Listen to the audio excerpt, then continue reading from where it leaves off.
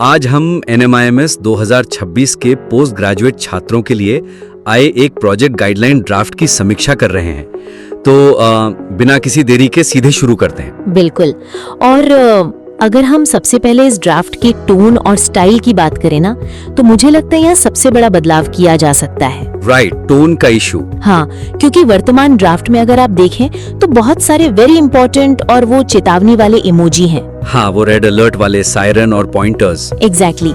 मतलब ये भाषा MBA या PGDM के छात्रों के लिए थोड़ी कम गंभीर लगती है। ये किसी ब्लॉग पोस्ट जैसी ज्यादा लग रही है, एक आधिकारिक एडवाइजरी के मुकाबले। पर क्या पता लेखक ने ये जानबूझकर किया हो। मतलब आज की जनरेशन लंबे बोरिंग ईमेल्स कहाँ पढ़ती है, तो शायद ध्यान खींचने के लिए ये कैजुअल टोन और इमोजी इस्तेमाल किए गए हों। ये पॉइंट तो है, लेकिन देखिए ध्यान खींचना जरूरी है, पर किस कीमत पर? जब आप MBA कर रहे हैं तो आपसे कॉर्पोरेट दुनिया वाली प्रोफेशनलिज्म की उम्मीद होती है। अगर कोई प्रोफेसर आपको व्हाट्सएप फॉरवर्ड जैसे नियम भेजेगा तो क्या आप उसे सीरियसली लेंगे? बिल्कुल नहीं। मतलब मुझे तो ये किसी कोचिंग सेंटर के उस पर्चे जैसा लगेगा जो एग्जाम से पहले बांटते हैं कि 100% पास की गारंटी। सही कहा। तो सुझाव यही है कि इसे कोचिंग सेंटर के पर्चे से हटाकर एक डीन के ऑफिस के बुलेटिन जैसा बनाया जाए। टोन को थोड़ा मैच्योर और अथॉरिटेटिव करना होगा। तो इसके लिए कोई ठोस उदाहरण?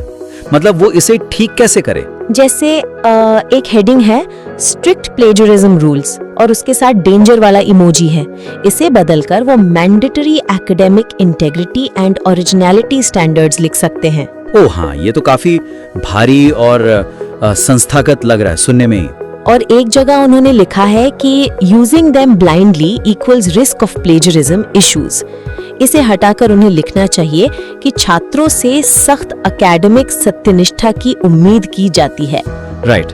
और रेडीमेड मटेरियल इस्तेमाल करने पर टर्निटिन जैसे एडवांस्ड प्रोटोकॉल के तहत कड़ी अनुशासनात्मक कार्रवाई होगी। जब आप सत्यनिष्ठा और प्रोटोकॉल जैसे शब्द इस्तेमाल करते हैं तो वजन अपने आप आ जाता है। बिल्कुल, टोन बदलने से तो खैर पूरा वजन ही बदल जाएगा। लेकिन एक चीज और है जो मुझे खटके। पूरे ड्राफ्ट में ना बस कॉपी पेस्ट से बचने और वो जो रेडीमेड प्रोजेक्ट्स मिलते हैं मार्केट में, उन पर बहुत लंबा विमर्श है। हाँ, मतलब फोकस पूरी तरह से डराने पर है। ये एक बहुत बड़ी कमजोरी है इसकी। राइट। वो बस कॉपी केस से डरा रहे हैं। ये पूरी तरह से एक दंडात्मक अप्रोच है।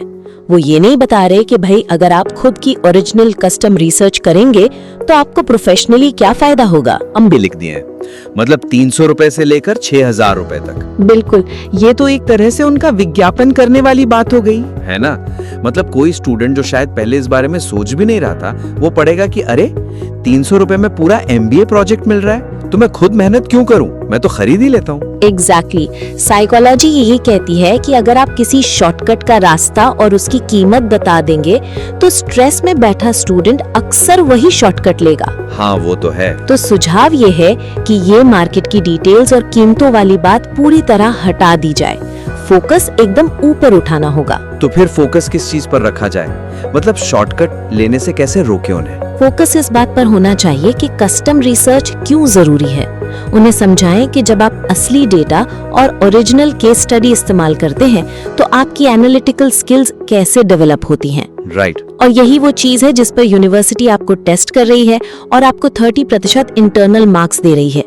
डराने के बजाय उन्हें इस 30% वेटेज की अहमियत समझानी चाहिए जो कॉर्पोरेट इंटरव्यू में उनके काम आएगी। ये कंप्लायंस से हटाकर कैपेबिलिटी बिल्डिंग की तरफ ले जाने वाला कदम है।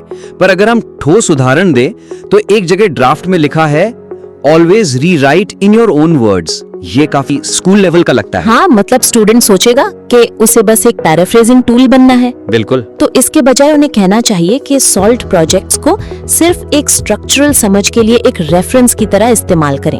आपका मेन एनालिसिस आपकी अपनी विशेषज्ञता जैसे मार्केटिंग या फाइनेंस के ओरिजिनल डेटा पर आधारित होना चाहिए। और यहीं पर हमें ये भी स्पष्ट करना होगा कि टर्निटिन जैसे AI सॉफ्टवेयर काम कैसे करते हैं। एग्जैक्टली। मतलब अगर स्टूडेंट ने 300 रुपए का प्रोजेक्ट खरीद कर बस शब्द बदल दिए तो भी वो पकड़ा जाएगा, क्योंकि ये सॉफ्टवेयर स्ट्रक्चरल प्लेगरिज्म पकड़ते हैं। सही बात है। वो लॉजिकल सीक्वेंस और तर्कों का फ्लो भी मैप करते हैं। जब स्टूडेंट ये समझ जाएगा तो वो खुद ही मेहनत करेगा यही वो आहा मोमेंट है जो ड्राफ्ट में होना चाहिए, जब आप सिर्फ क्या करना है की जगह ये समझाते हैं कि सिस्टम कैसे काम करता है, तो स्टूडेंट्स आपकी बात का सम्मान करते हैं। बिल्कुल। चलिए अब थोड़ी इसके आर्किटेक्चर की बात करते हैं, मतलब इस डॉक्यूमेंट की बनावट कैसी है।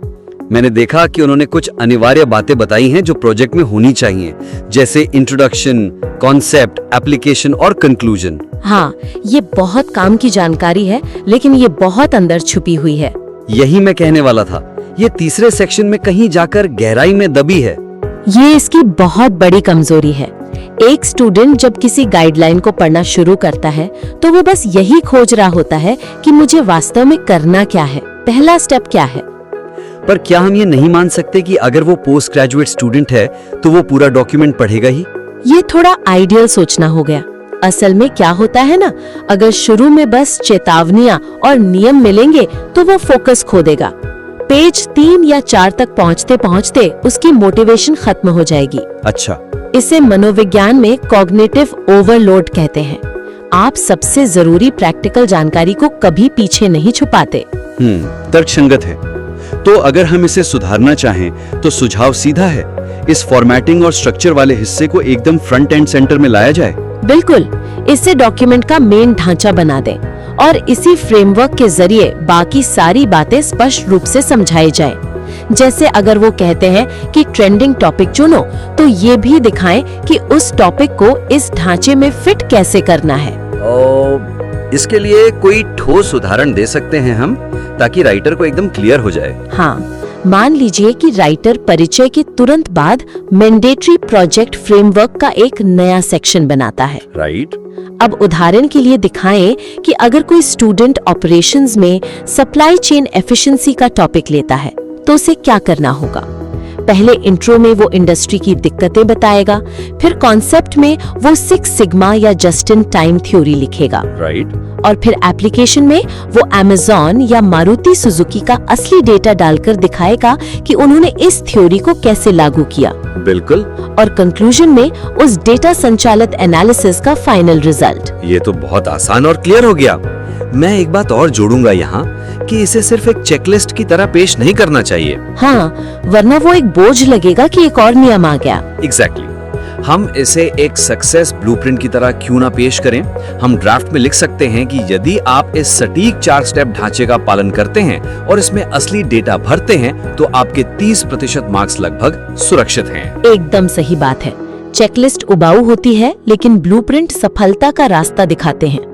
जब स्ट्रक्चर शुरू में ही क्लियर हो जाता है तो प्रोजेक्ट बनाते समय स्टूडेंट्स का भटकाव कम होता है। बिल्कुल। और अंततः एक यूनिवर्सिटी एडवाइजरी का मुख्य लक्ष्य यही होना चाहिए। तो चर्चा काफी बढ़िया और विस्तृत रही। चलिए जल्दी से मेन पॉइंट्स को समराइज कर लेते हैं ताकि राइटर इस पर काम शुरू कर सके। बिल्कुल। पहला पॉइंट तो यही है कि टोन को मैच्योर और संस्थागत बनाएं। वो अनौपचारिक इमोजी हटाकर एक डीन के बुलेटिन वाली आधिकारिक आवाज लाएं ताकि छात्र इसे गंभीरता से लें। दूसरा ये कि वो 300 रुपये या जो भी सशुल्क प्रोजेक्ट्स की कीमतें लिखी है उन्हें हटा दें ताकि विज्ञापन न हो। डराने की जगह कस्टम रिसर्च की अहमियत समझाएं। और तीसरा ये कि जो 4 स्टेप वाला अनिवार्य स्ट्रक्चर है उसे डॉक्यूमेंट के आखिर से उठाकर बिल्कुल शुरू में एक स्पष्ट सक्सेस ब्लूप्रिंट की तरह पेश करें।